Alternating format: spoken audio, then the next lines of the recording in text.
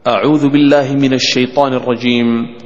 بسم الله الرحمن الرحيم.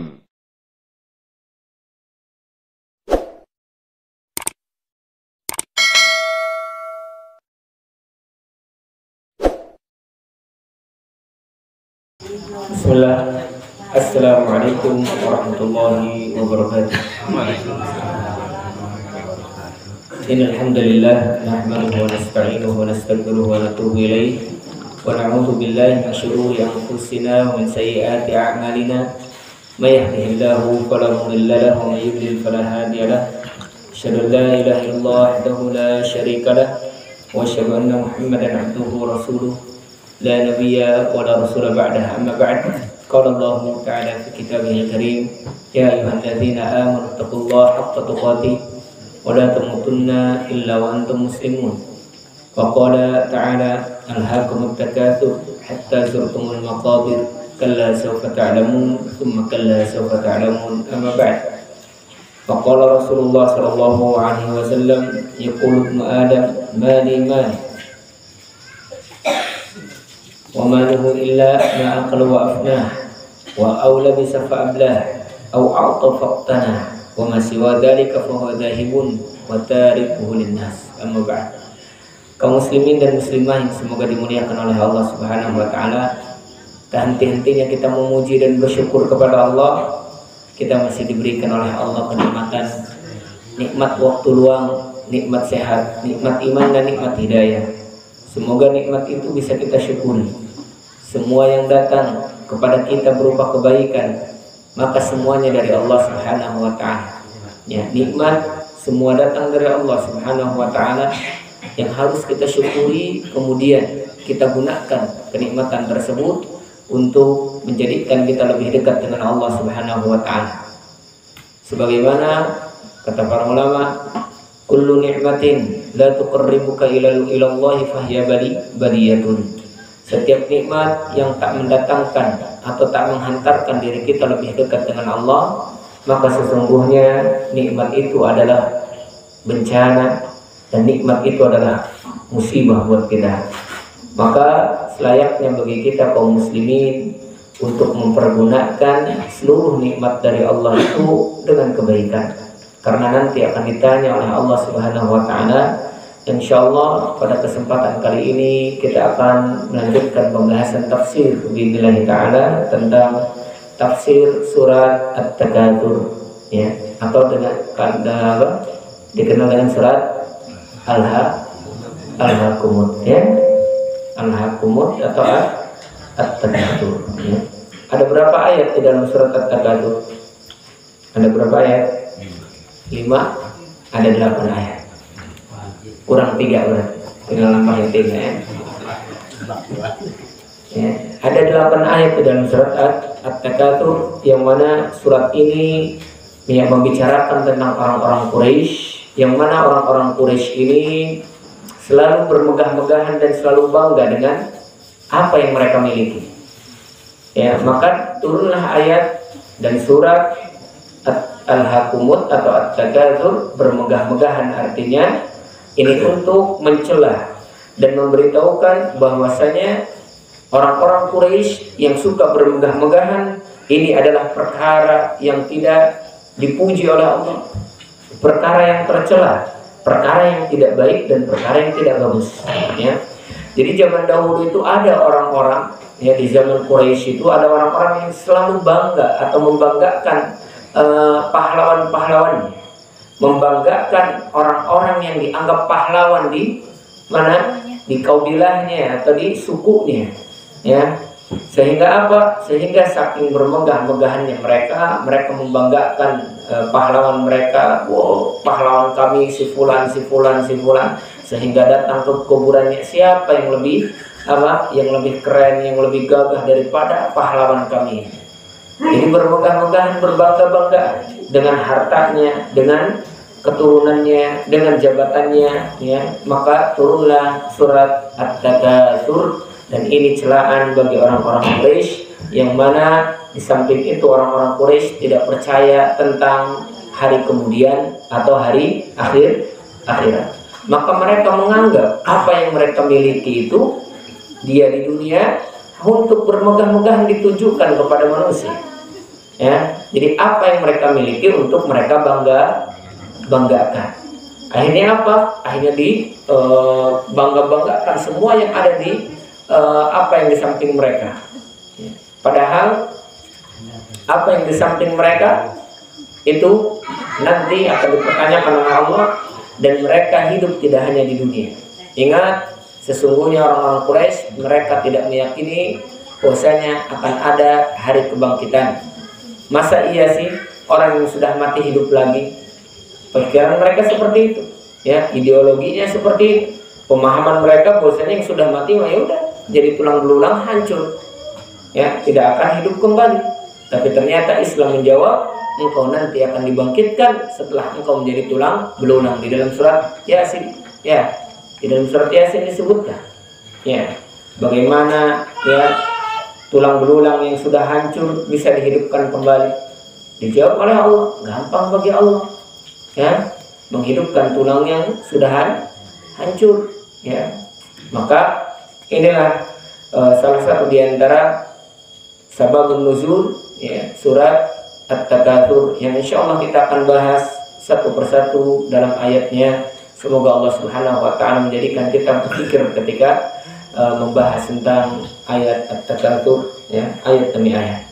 Ayat yang pertama, A'udzubillahi minasyaitonirrajim. Bismillahirrahmanirrahim.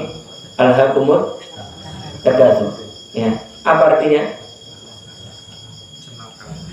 Alhaakumut takatsur. Ya, telah bermegah-megahan, ya, telah mencelakakan kalian, telah melalaikan kalian, ya, bermegah-megahan. Ya, jadi bermegah-megahan, paloba-loba, pagagah-gagah, pamewah-mewah telah melalaikan kalian. Ya, di sini tidak disebutkan bermewah-mewahan, bermegah-megahan dalam hal apa. Maka kata para ulama, termasuk ulama tafsir Imam As-Sa'di, beliau mengatakan yang dimaksud di sini bermegah-megahan, bermegah-megahan dalam segala urusan. Mau itu urusan jabatan, mau itu urusan harta, mau itu urusan anak, mau itu urusan apa saja perkara duniawi, mereka berbangga-banggaan. Oh, saya punya saudara saya kayak gini. Saya punya ini, oh, berbangga-banggaan dengan dunia. Saya punya harta saya di mana-mana. Oh, saya punya anak-anak saya banyak sekali. Yang satu jadi ini, yang satu ini, yang satu ini. Ya, yang satu di apa? Di kuliah di mana?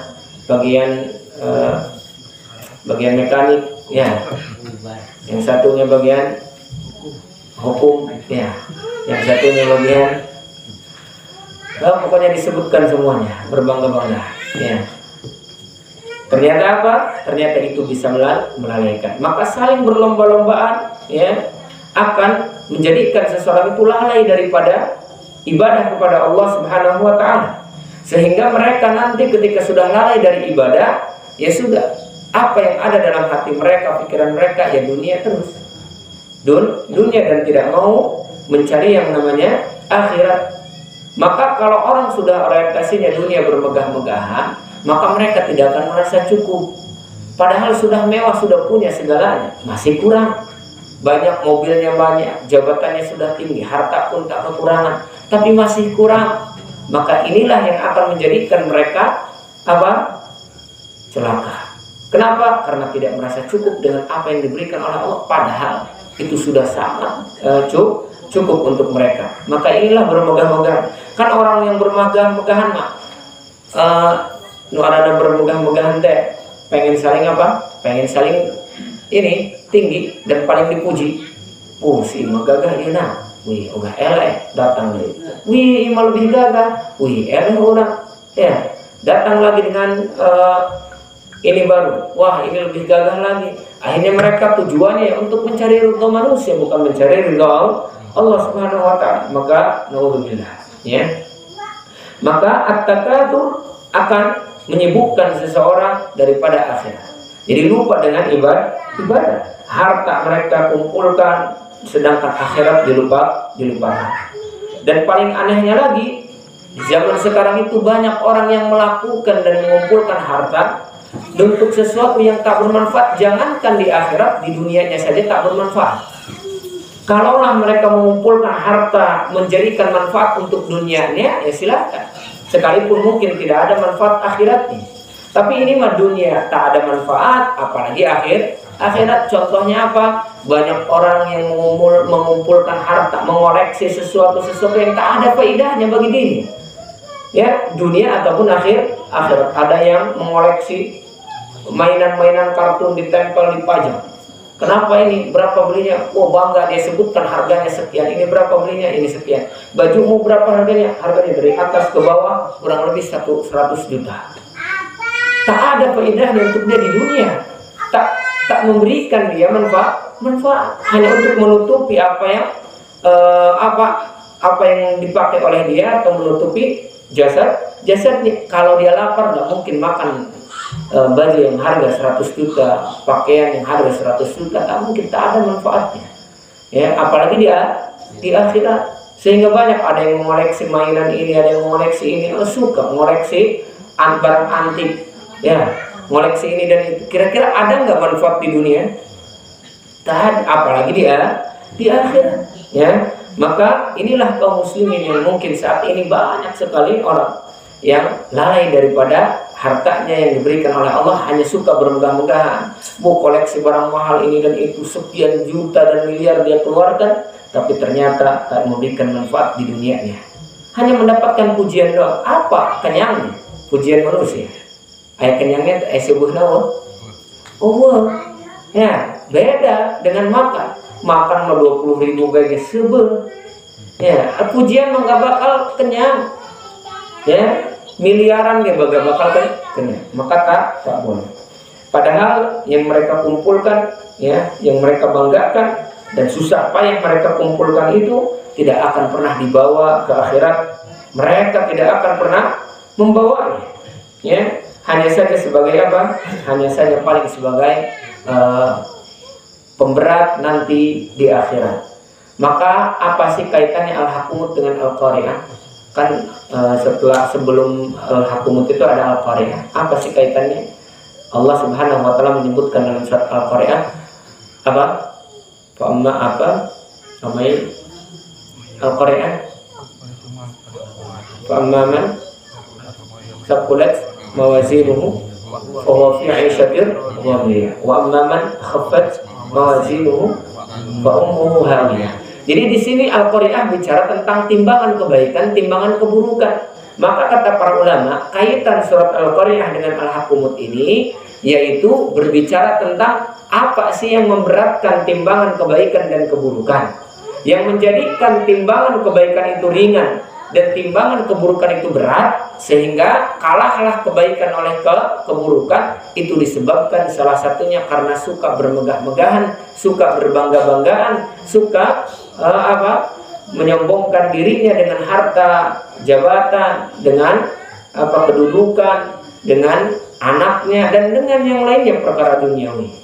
Maka inilah yang menjadikan timbangan keburukan kita lebih berat daripada timbangan kebaikan. Kemudian Al-Hakumut Takatsur. Allah Subhanahu wa taala ketika menyebutkan surat Al-Hakumut Takatsur, Rasulullah SAW mengatakan dalam sebuah hadis, yaqulu ibnu Adam mali mal. Anak Adam mereka berkata, hartaku, hartaku. Ya, mana hartaku? Qala wa hal laka ya ibnu Adam min malik. Kemudian beliau bersabda, Rasulullah bersabda, mana hartamu wahai ibnu Adam yang engkau katakan tadi hartaku, hartaku? Kemudian kata Rasulullah, malaka illa ma akalta fa afnait. Hartamu itu yang kamu makan habis, udah nggak ada sisa. Kemudian wa aulabista fa ablaita, atau yang engkau pakai kemudian udah usang, tidak ada sisanya. Au tasaddaqta fa amdaita, akan tetapi hartamu itu yang engkau sedekahkan, maka itulah yang tersisa di akhirat. Jadi harta yang sesungguhnya, harta kita itu, yaitu harta yang kita sedekahkan. Makanya ketika kita mengumpulkan harta, ini untuk siapa? Untuk diri kita, untuk orang lain. Kalau untuk orang lain ya kita kumpulkan tidak bermanfaat untuk diri kita, kita tinggalkan ke alam kubur, kemudian jadi milik orang lain. Kenapa? Karena orang ketika meninggal, dia tidak akan pernah membawa hartanya. Maka ketika kita punya harta kemudian meninggal, kira-kira hartanya buat kita apa buat orang lain? Orang lain, keluarga kita jadi warisan, jadi rebutan. Makanya pertanyaannya kata para ulama, engkau mengumpulkan harta untuk dirimu apa untuk orang lain? Kalau engkau mengumpulkan untuk orang lain, maka sesungguhnya harta itu tidak akan engkau bawa ke akhirat. Apa kata Rasulullah Sallallahu Alaihi Wasallam? Ya, mereka mengatakan, Rasulullah mengatakan, yatba'ul mayyita thalathatun. Sesungguhnya mayit ketika meninggal, maka yang mengikuti ke kuburan 3. Ketika mayit meninggal, yang mengikuti ke kuburan berapa? 3 perkara. Yang pertama apa? Fayarji usnani wa yabqa ma'ahu wahid. Yang 2 ini kembali lagi dia, ikut sampai kuburan doang. Ya, langsung balik lagi. Ya, hanya 1 yang menemani sampai kuburan. Yattabi'uhu aw yattabi'uhu ahluhu wa maluhu wa amal. Jadi yang 3 ini yang mengikuti apa aja?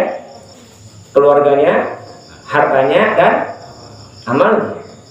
Harta dan keluarga kembali setelah ke kuburan, udah balik lagi.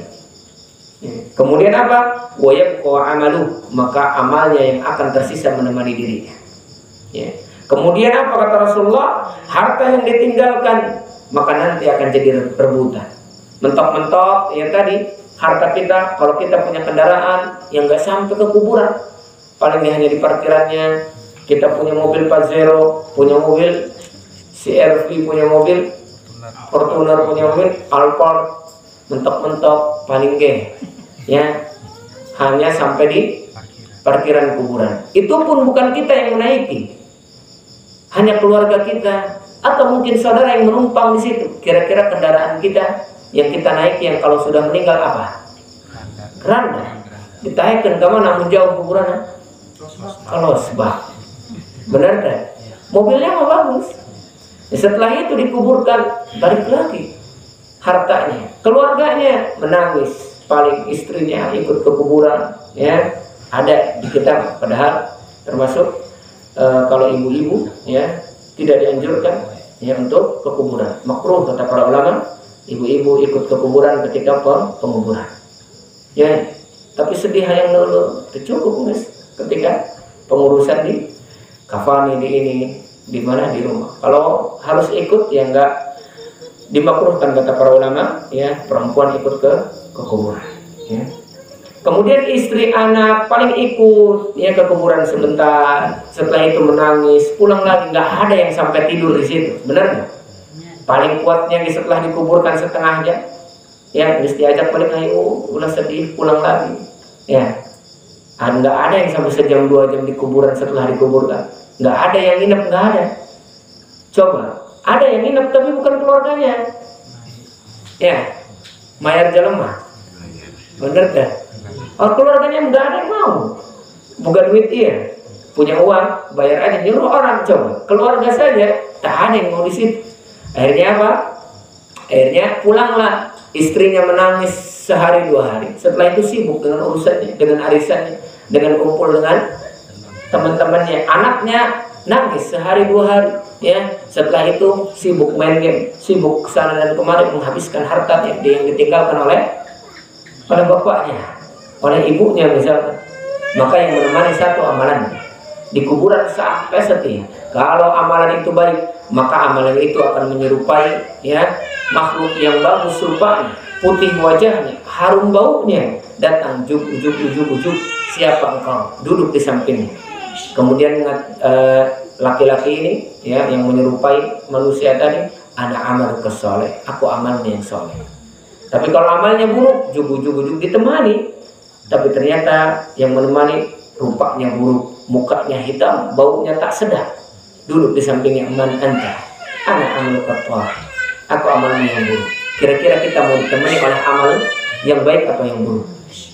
Ya, jadi amal saja menemani tergantung. Kalau baik ya baik, temani. Kalau buruk ya buruk. Ya, jadi amal kita ketika menemani kita itu pun tergantung apakah baik atau buruk. Ya, maka jangan sampai kita bermegah-megahan di dunia. Hiduplah ala kadarnya di dunia. Cukuplah yang penting bisa makan, ya, bisa cukup untuk melakukan ini dan itu. Yang penting jangan merasa ingin punya segalanya, karena dunia tak akan memberikanmu semuanya. Inna dunya lan tu'tika kulli syai'. Dunia tidak akan memberikan kamu semuanya. Yang kaya saja masih ingin bahagia. Ya, ternyata kebahagiaan ada di petani, ternyata kebahagiaan ada di orang yang tak punya. Ya, mereka punya harta tapi kebahagiaan tak punya. Maka dunia tidak akan pernah memberikanmu semuanya. Kemudian di dalam riwayat yang lain Rasul mengatakan, yaqulul abdu, hamba berkata, mali inna malahu min malin salat, hartaku. Kemudian kata Rasulullah, sesungguhnya seorang hamba itu punya harta 3 saja. Ya, jadi harta yang dimiliki oleh seorang hamba itu hanya 3. Yang pertama, ma'akala fa'afna, yang dimakan habis, jadi kotoran. Benar tak? Harta yang kita makan seenak-enaknya makanan jadi kotoran habis. Ya. Kemudian aula bisa pakaian sebagus-bagus yang kita pakai usang, udah jadi elap. Paling kuat setahun 2 tahun jadi elap sudah, tak bisa digunakan. Ya. Atau yang diberikan oleh engkau kepada yang membutuhkan atau disedekahkan, maka itulah jadi simpananmu nanti di akhirat. Kemudian apa? Kata Rasulullah, wa ma siwa dzalika fa huwa dzahibun, dan harta selain itu maka akan sirna. Harta selain yang disedekahkan hilang, tak ada manfaatnya. Harta yang disedekahkan hilang, pergi daripada kita. Wa tarikuhul linnas, paling hanya akan jadi peninggalan untuk manusia. Untuk kita tak ada. Untuk kita tidak ada. Maka di sini dalil bahwasanya kata para ulama, harta kita yang sesungguhnya yang kita sedekahkan, bukan yang kita jaga, yang kita heman-heman, yang kita tenden di berangkas, yang kita tenden di bank, yang kita jaga-jaga. Bu hemannya bukan dipikir harta orang ya. Tapi ternyata harta yang sesungguhnya adalah harta yang kita sedekahkan, itu nanti akan jadi milik kita di akhirat. Tapi yang kita makan tidak akan jadi milik kita di akhirat, habis sudah. Apa yang kita pakai tidak akan ada di akhirat, atau tidak akan menjadi harta kita di akhirat. Tapi yang kita sedekahkan itulah nanti harta kita. Maka kata para ulama, hartamu mau yang mana? Mau yang engkau ketika kamu mencari harta itu mau engkau kumpulkan untuk dirimu atau untuk orang lain? Kalau untuk dirimu, maka engkau akan menggunakannya untuk bersedekah kepada orang yang membutuhkan, untuk beramal jariah kepada sesuatu yang kira-kira di situ ada lahan untuk kita beramal jariah, atau engkau tinggalkan untuk keluarga atau orang lain, engkau tak gunakan itu untuk ibadah, sehingga ketika engkau meninggal itu berpindah jadi milik orang lain, bukan jadi milikmu lagi. Pilihan itu untuk kita. Maka alhaakumut takatsur di sini mengatakan, ya, bahwasanya kita tidak boleh bermegah-megahan di perkara dunia. Jangan, karena itu akan melalaikan orang. Kalau sudah bermegah-megahan lupa dengan ibadah. Maka seorang muslim haruslah cerdas. Dia mengumpulkan harta untuk apa? Untuk ia simpan, ya, menjadi bekalnya di akhirat, atau memang hanya untuk ditinggalkan orang lain, atau untuk ditinggalkan untuk orang lain. Maka itu pilihan, ya. Dan muslim yang cerdas, ketika dia punya harta, dia siapkan untuk dirinya nanti di akhirat. Kan ada di antara orang itu mengatakan, apa? Orang mah non-arana boga anak loba cenanya. Jadi oga miskin anak-anak orang. Ya, jadi saya mah yang meninggalkan anak orang tak kaya sugi. Sugi. Padahal apa? Padahal dia butuh terhadap harta itu untuk dirinya di akhirat. Kenapa dia tidak amalkan? Jadi amal jariah untuk dia dengan harta. Ya, tapi ternyata tadi karena suka bermegah-megah, seolah-olah hidup di dunia itu bermegah-megah, anaknya bermegah-megah, ditinggalkan harta loba itu supaya bermegah-megah. Nah, sugi. Padahal apa? Para ulama salafus saleh terdahulu apa? Saya tak akan meninggalkanmu harta, tapi akan saya tinggalkan ilmu untukmu. Ilmu akan menjagamu, tapi harta engkau yang menjaganya.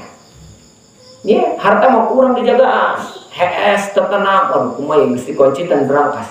mesti kunci dia itu. Kita yang sibuk menjaganya, tapi ilmu dia yang akan menjagamu. Maka salafus saleh para tabi'in, ya, ketika beliau meninggal, aku tak akan meninggalkan harta kepadamu wahai anakku, aku akan meninggalkan ilmu untukmu. Maka ketika ada kisahnya dua orang anak, yang satu dikasih harta, yang satu dikasih ilmu. Yang satu jadi hanya dikasih uang, ketika meninggal uang buat segini. Yang satunya ilmunya pandai. Ternyata yang dikasih harta ini habis harta, yang dikasih ilmu justru dia lebih kaya. Masya Allah. Jadi ilmu yang harus kita tinggalkan dan wariskan kepada anak kita.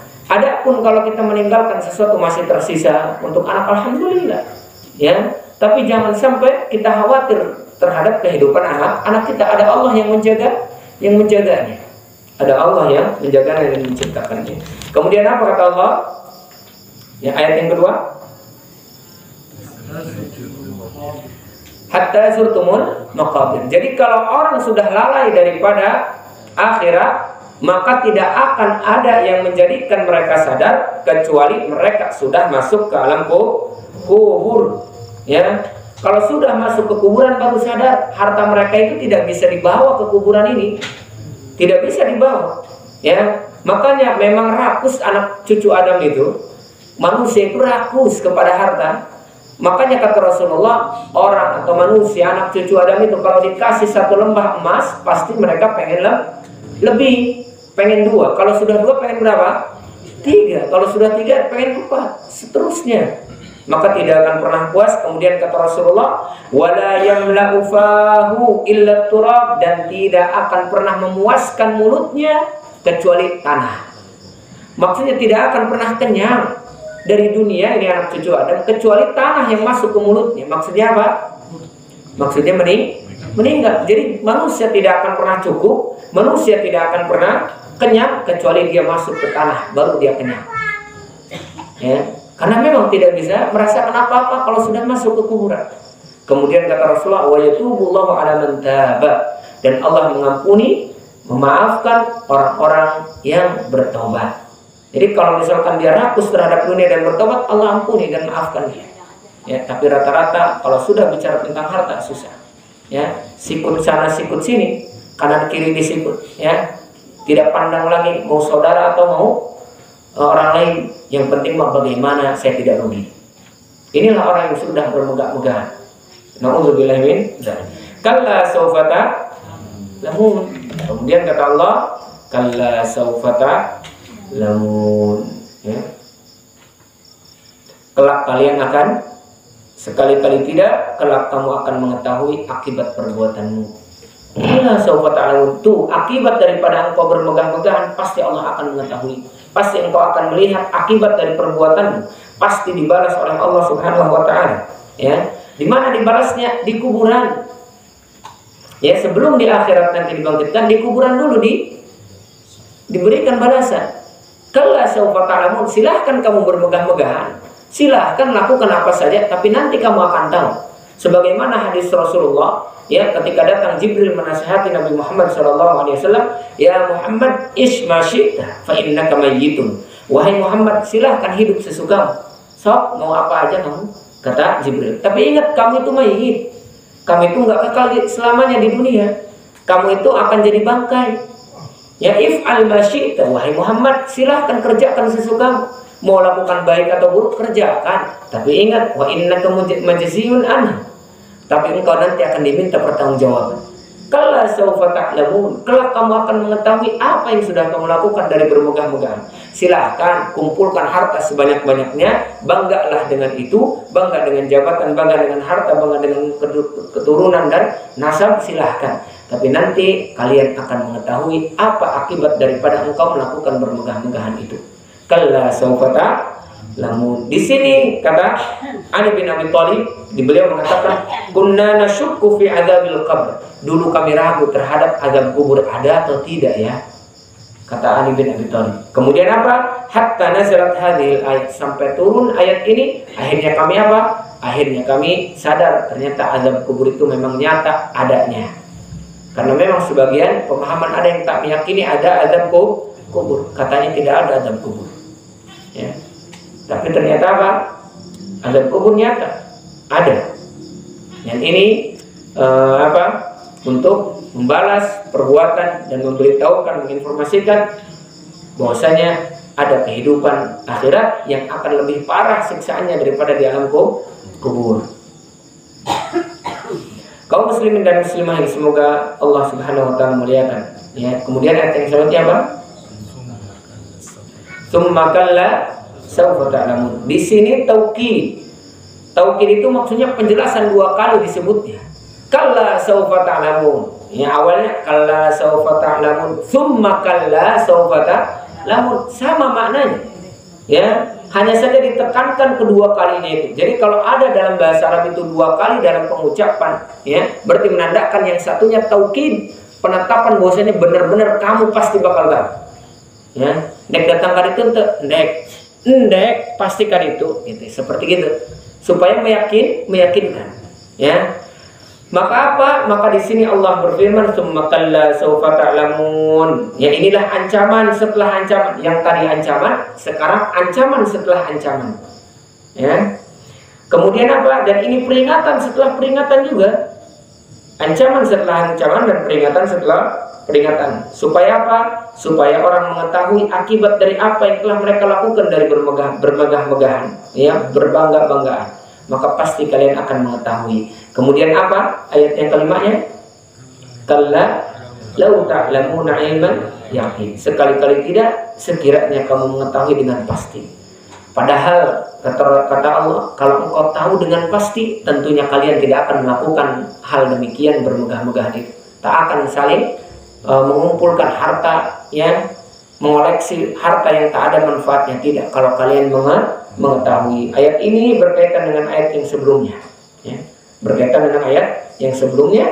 Kalau kalian tahu dengan ilmu yaqin, tentunya kalian pasti tidak akan melakukan berlomba-lomba dalam apa? Dalam keburukan, ya, dalam bermegah-megahan. Ya. Maka kata para ulama, ilmu yaqin, kemudian apa? Hakul yaqin, ada ainul yaqin. Ilmu yaqin, ainul yaqin, hakul yaqin. Ya, tingkatan keyakinan. Ya, tingkatan keyakinan. Insyaallah mungkin nanti kita bahas apa itu ilmu yaqin, kemudian ainul yaqin, hakul yaqin. Insyaallah nanti kita bahas. Kemudian apa? La tarawunnal jahim. Pak, kamu itu pasti akan masuk neraka yang namanya neraka jahim. Nama-nama neraka ada apa saja, ada yang tahu? Neraka dalam Al-Qur'an. Jahim itu apa kata para ulama? Ya, At-Tabari mengatakan dalam hadisnya, an-narus syadidatut ta'ajjuj. Ya, api jahim itu api yang sangat panas. Tingkatan neraka yang paling panas itu al-jahim. Karena di situ apinya sangat panas, yang sangat kuat gejolakannya. Jadi berapa ribu tahun akan masuk itu udah hangus duluan. Itu jahim, neraka yang paling panas. Saking panasnya maka dinamakan jahim, ya. Kemudian ada juga Jahannam. Pernah dengar Jahannam? Ya.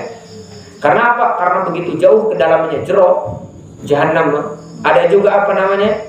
Neraka Lagha. Ya, Lagha. Ya, Lagha termasuk nama neraka. Sa'ir min ashabis sa'ir. Ya, termasuk wail, termasuk lembah di neraka. Ada lembah, ada nerakanya itu. Ya, wail, ya. Sakor, neraka. Hukama, neraka. Ya. Al-Hawiyah, Hawiyah, surat apa itu? Termasuk nama neraka. Ya, banyak nama neraka dalam Al-Qur'an. Maka coba ayo ngarana dia. Sing neraka. Hah? Mula mentang-mentang ayat di Al-Quran, ya nanti jahim misalkan ayat. Oh ya, insyaallah mula sampai, ya. Misalkan sakor, misalkan apalagi mufsid, misalkan ada mufsid lagi. Fasik, ya. Nan fasik. Murtado. Kalau murtado bagus, diridhoi berarti. Sa'ir ulah. Sa'ir al-ulah neraka. Sair. Baik. Makanya ingat ya, kenapa kudu belajar makharijul huruf supaya tidak merubah makhrajnya. Sair dengan sair beda tidak? Sair mah di dia, ain mah di dia, hamzah di dia, ain di dia. Sair jeung sair bedanya. Makanya ulah dianggap sarua. Kenapa aya makhraj huruf, ada makharijul huruf di di dalam ilmu tajwid ya, untuk mempelajari huruf ya, keluarnya di mana supaya kita tahu maknanya, karena beda huruf, beda makhrajnya, maknanya berbeda. Kalau sair perjalanan, sar yasiru sayran, sair ya. Kalau sair mah tadi neraka, pakai ain pakai ya, bedakan ain dengan hamzah ya, ini belajar tahsin. Masya Allah. Kemudian apa? Ayat yang ke-7 ya, sebelum akhir. Summa la tarawunnaha ainal yaqin ya. Maka di sini dalil bahwasanya kemudian kamu benar-benar akan melihatnya dengan mata kepala sendiri, ainul yaqin. Mata kepala sendiri itu ainul yaqin. Maka tentang pembagian keyakinan terhadap sesuatu ada yang dinamakan ilmul yaqin, ainul yaqin, ainul yaqin, hakul yaqin ya. Contohnya apa sih ainul yaqin? Contoh ainul yaqin itu ya, orang atau ilmul yaqin itu orang ketika membaca Al-Quran dia tahu ada di situ surga, ada neraka. Maka dengan ilmunya mereka yakin surga neraka itu ada. Ya, dengan ilmunya mereka yakin surga neraka itu ada. Sudah melihat atau tidak? Belum, ya, hanya baru tahu saja. Ilmunya, ilmu yakin namanya. Kemudian ketika sudah mereka melihat, ya, atau meninggal, kemudian datang di akhirat, baru ainul yakin terlihat ada surga, ada neraka. Ya, ketika mereka memasuki itu surga atau neraka ada di dalamnya, barulah hakul yakin. Ya, saya sudah memasukinya. Saya sudah memasukinya. Jadi ainul yakin kita masih ainul yakin. Ayat masih ilmu yakin. Kita yakin nggak ada surga neraka? Benar yakin. Nesdelaca. Cadel ya. Karena keyakinan kita maka masih ilmu yakin. Karena kita belum tahu, belum memasuki. Ketika kita sudah meninggal di akhirat, kita melihat ada surga dan neraka. Ini namanya ainul yakin, kita melihat dengan mata kepala sendiri. Ketika kita sudah memasukinya, barulah hakul yakin, sudah tertanam benar. Ternyata bagi orang yang saleh, saya yakin hak ya, dengan keyakinan ya, bahwasanya kita bisa memasukinya surga. Dan orang yang zalim, orang yang melakukan keburukan, hakul yakin dia akan masuk neraka. Ketika sudah masuk neraka. Ya. Itu kalau masa ilmu yakin, ilmu yakin ya. Kalau buat di dunia itu ada enggak? Nah, kita di sini ilmu yakin terhadap perkara akhirat. Ya, masih ilmu yakin. Nah, kalau perkara dunia, ya, ilmu yakin ada tidak? Contoh, ada khobar atau ya, misal ada kabar atau ada apa, misalkan di sana ada kejadian ini dan itu, ya, dia yakini ada benarnya misalkan. Maka di situ masih ilmu yakin. Dia yakin dengan kuku, ayat nulainya ya, ayat kata dia, karena belum melihat dengan mata kepala sendiri. Akhirnya dengan keyakinannya dia kekeh. Maka di situ ilmu yakin dia. Tapi kalau gitu kita praktekkan, kita datang ke sana, kita lihat dengan mata kepala sendiri. Udah nggak usah ke sana. Coba kita lihat, misal tadi ada kejadian kecelakaan. Di mana kecelakaannya? Di Kerenceng misalkan. Piraku benar ngadengnya itu jalma, masih ilmu yakin. Bibiraku, akhirnya datanglah berita. Akhirnya di situ ainul yakin, sahih, benar adanya. Datang manehna ka peristiwa dulu kejadiannya ayah darahnya enak, di situ hakul yakin benar ayah kejadian di dia. Contoh ini, ya. Atau perkara-perkara yang lainnya, ya. Atau perkara yang lainnya. Tapi kalau perkara dunia tentang hakul yakin, ya, atau tentang ilmu yakin, ini bisa ihtimal. Ihtimal itu bisa benar, bisa salah, ya. Namanya ilmu yakin. Baru nanti setelah itu di dunia itu ada apa? Ketika kita melihat dengan mata, barulah itu ainul yakin yang pasti di situ faktanya atau nyatanya sudah jelas. Jadi harus dibuktikan dengan ainul yakin. Tapi kalau di akhirat ya harus kita yakini dengan ilmu yakin seyakin-yakinnya. Karena kalau tidak yakin, kita menjadi orang-orang yang seperti orang-orang Quraisy, tidak meyakini adanya hari kebangkitan, hari akhirat. Ya. Kemudian apa? Kemudian kata Rasulullah SAW ketika menyebutkan tentang orang yang mati, dia pasti akan melewati yang namanya sirat. Ya. Dan ketika melewati sirat, semuanya pasti akan melewati neraka. Karena ketika kita di akhirat nanti melewati sirat, dan semua manusia, mau yang baik ataupun yang soleh, mau yang buruk ataupun yang soleh, pasti akan melewati neraka. Kalau soleh hanya lewat doa, kalau toleh ada nyemplung seetik, digulung mula, bersihkan. Kira-kira amalan apa itu biar jangan nyemplung gitu? Masya Allah ya. Baik, nanti kita bahas amal apa yang menyebabkan kita nggak nyemplung ke situ ya. Secepat ya. Apa dalilnya kata Rasulullah, kata Allah dalam Al-Quran, wa inna minkum illa wariduha, ya, tidaklah dan tidak seorang pun dari kalian ya melainkan pasti akan melewati yang namanya neraka. Karena ala rabbika hatman maqdiyah, dan itu perkara mudah bagi Allah dan kepastian dari Allah Subhanahu wa taala, kita pasti akan melewati neraka. Tsumma nunajjil ladzina taqau. Bagaimana terselamatkan dari apa? Dari neraka supaya kita tidak nyemplung. Tsumma nunajjil ladzina taqau. Maka syaratnya bertakwa kepada Allah Subhanahu wa taala. Apa contoh sifat takwa? Banyak sifat takwa itu contohnya. Ya, sifat takwa itu takwa itu tidak harus bersih, tidak harus jadi apa? Tidak punya salah sama sekali, kertas putih, enggak. Salah satu di antara sifat orang bertakwa di dalam Al-Qur'an surat Al-Baqarah bagaimana? Hudal lil muttaqin alladzina yu'minuna bil ghaib wa yuqimuna shalah wa mimma razaqnahum, ya, percaya perkara ghaib, kemudian apa? Salat, zakat, kemudian mimma razaqnahum yunfiqun, ya. Di dalam ayat yang lain Allah mengatakan uiddat lil muttaqin, ada surga yang disiapkan untuk penduduk orang-orang yang bertakwa. Yang siapa mereka? Alladzina idza fa'alu fahishatan aw dzalamu anfusahum dzakarullaha fastaghfiru lidzunubihim, ya. Ada orang ya yang melakukan kesalahan kemudian dia langsung ingat kepada Allah. Wal kadhiminal ghaid, yang suka memaafkan orang ketika dia mampu meluapkan amarahnya. Ya, banyak yang menjalin silaturahim termasuk sifat takwa. Ya, apalagi banyak perkara-perkara takwa. Jadi intinya apa? Kalau kita ingin terselamatkan tadi, termasuk jawabannya dijawab oleh Allah, walunajjil ladzina taqau, Allah akan menyelamatkan orang yang bertakwa, dan sifat orang yang bertakwa banyak disebutkan oleh Allah Subhanahu wa taala dalam Al-Qur'an. Insyaallah mungkin nanti kita akan bahas tentang sifat-sifat orang bertakwa billahi taala. Ya. Kemudian yang terakhir apa? Ayatnya apa?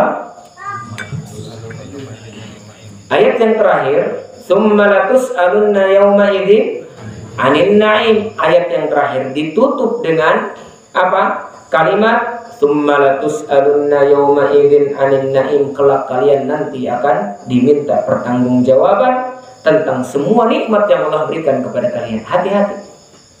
Kita bisa duduk, kita sehat, kita ini, kita itu. Allah tanyakan nanti itu. Kalau kita bisa jawabnya alhamdulillah. Kalau kita gunakan dengan kebaikan, nyantai, tenang. Tapi kalau kita menggunakannya dengan keburukan, paranas tiris. Nah, paranas tiris. Maka hati-hati. Ada yang namanya hisab. Hisab itu untuk apa? Untuk menghitung. Kamu dikasih umur sekian, dipakai apa aja? Ya, kamu dikasih harta sekian, dipakai apa aja? Kamu dikasih jabatan untuk apa aja? Kamu dikasih ini untuk apa aja? Pokoknya semuanya nanti akan dihisab oleh Allah. Maka semua nikmat yang Allah berikan kepada kita itu pasti akan ditanyakan oleh Allah Subhanahu wa taala. Maka hati-hati, pergunakan nikmat yang Allah titipkan kepada kita untuk melakukan perkara kebaikan. Nikmatani maghbunun fihi ma katsirun minan nas. Dua nikmat yang sering dilalaikan oleh manusia, yaitu sehat dan waktu luang. Kersehat ke ibadah pokok.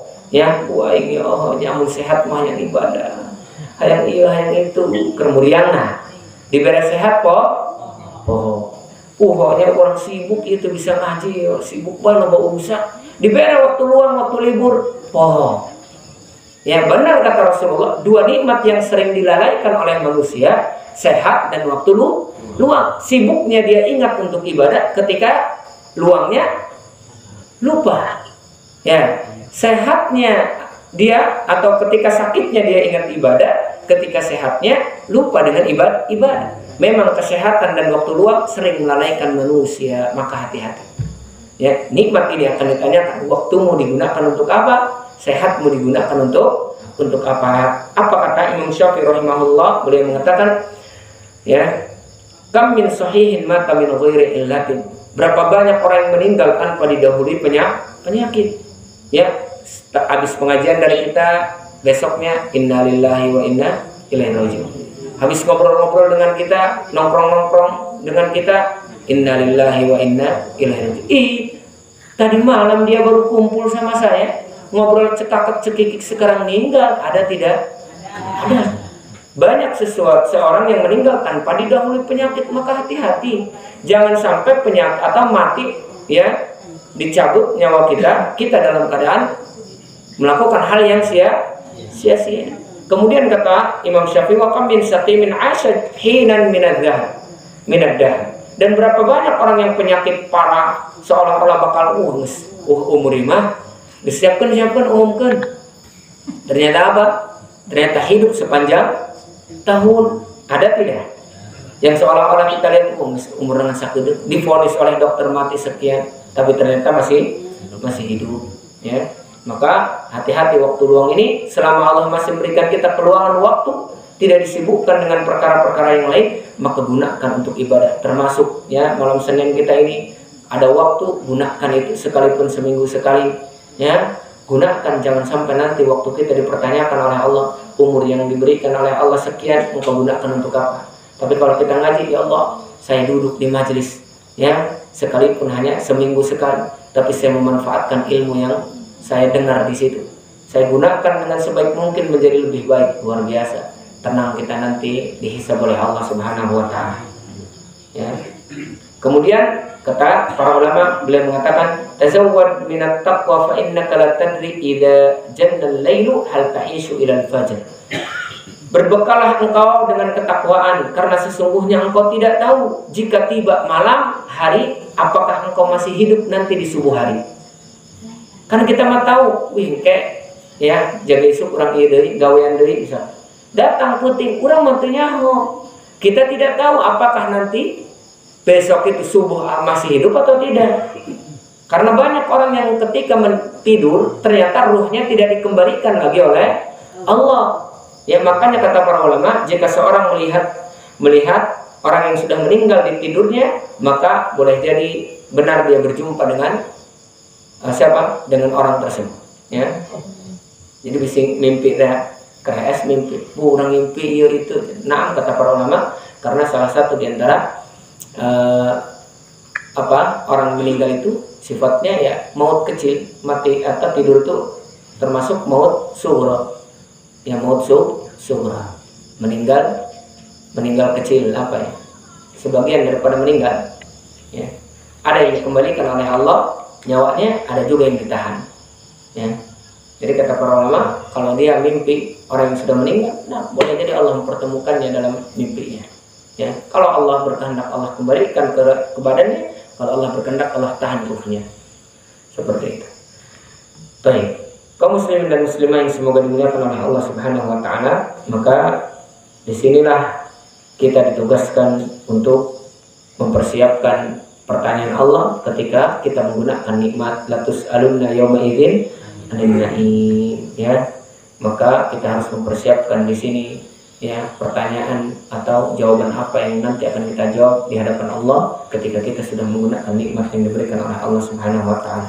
Maka sebagai penutup ada pelajaran berharga, ya, yang dapat kita petik, ya, di dalam surat Al-Takatsur, ya. Yang pertama, dianjurkan di sini ziarah kubur. Kenapa dianjurkan ziarah kubur? Supaya kita selalu mengingat kematian, bukan minta hajat. Ya, minta hajat mau ingat kematian mau. Coba minta hajat makan hayang dunia. Ingat nggak kematian? Tidak, pasti ingatnya hajat. Maka disunnahkannya, dianjurkan di sini untuk apa? Untuk ziarah kubur, supaya kita mengingat kita pun akan menyusul mereka nih. Bukan minta hajat kita. Kalau minta hajat, apa faedahnya ziarah kubur? Ya, kalau bukan mengingat kematian. Ya. Apa kata Rasulullah? Salah satu di antara hikmah kenapa kita dianjurkan ziarah kubur, fazuru al-qubura fa innaha tudzakkirul mauta.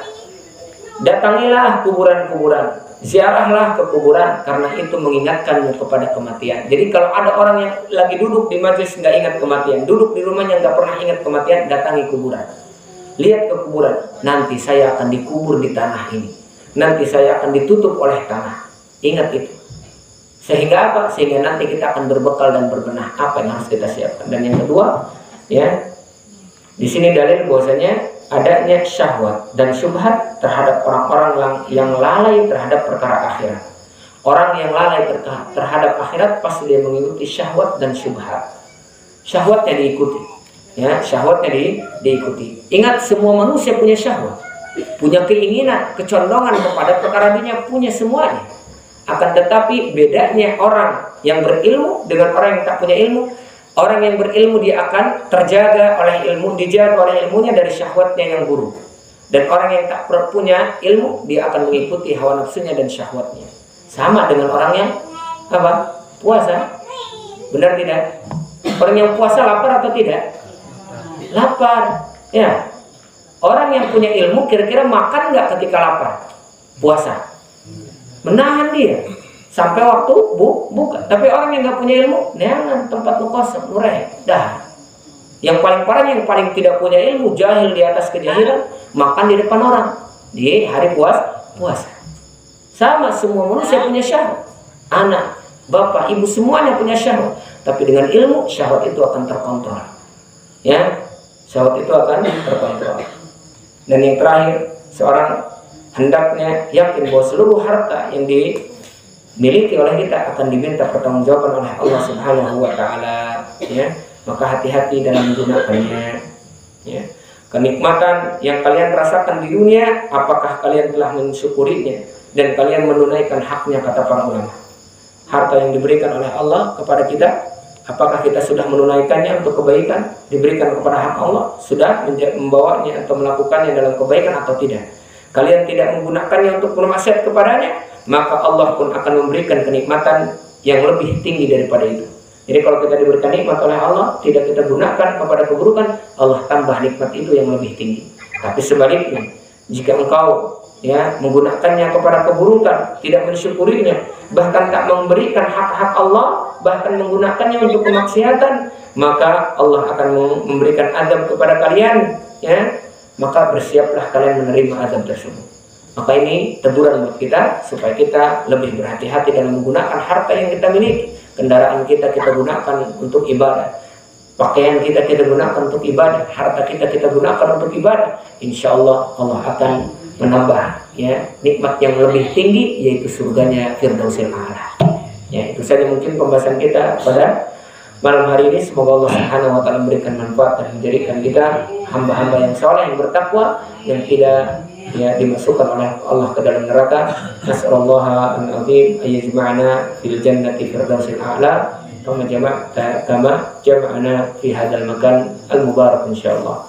Semoga Allah mengumpulkan kita di surganya Firdausil A'la sebagaimana kita dikumpulkan di tempat ini, dan semoga kita dijauhkan dari api neraka. Nas'alullaha al-jannata wa na'udzubika minan nar. Ya Allah, kami berlindung kepadamu dari neraka dan kami mohon kepadamu surgamu ya Allah. Aku qouli hadza fastaghfirullah li wa lakum wa syai'il muslimin wal muslimat min kulli dhanbin khata'in fastaghfiruhu innahu ghafurur rahim. Assalamualaikum warahmatullahi wabarakatuh.